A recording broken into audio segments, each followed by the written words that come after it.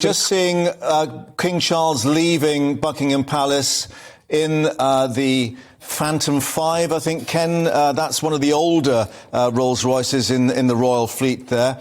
And he is still staying, we understand, at Clarence House because of the work that's going on at Buckingham Palace.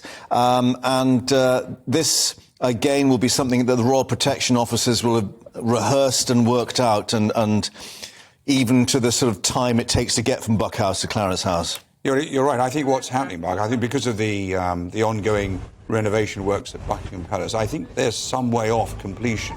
As I understand it, I think Clarence House is going to be, or continue to be, his official residence.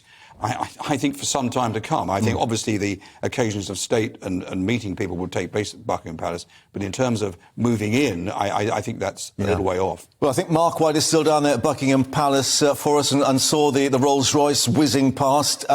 Mark, an indication that that was at some speed. Clearly, for security considerations, they're getting from A to B fairly quickly, but the fact that the timetable from now until tomorrow morning is still going to be packed pretty tight.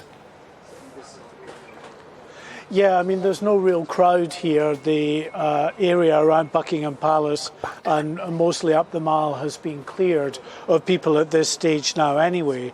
So we were unsure whether the monarch would be staying in Buckingham Palace for that minute's silence, but clearly now the decision has been taken that he and Queen Consort Camilla will go back to Clarence House to observe the minute's silence at 8 o'clock. And all the while, the world leaders and other heads of state leaving by these buses, escorted back to that central secure location where they can then head off to their hotels, residences, wherever they're staying tonight ahead of that funeral at Westminster Abbey tomorrow.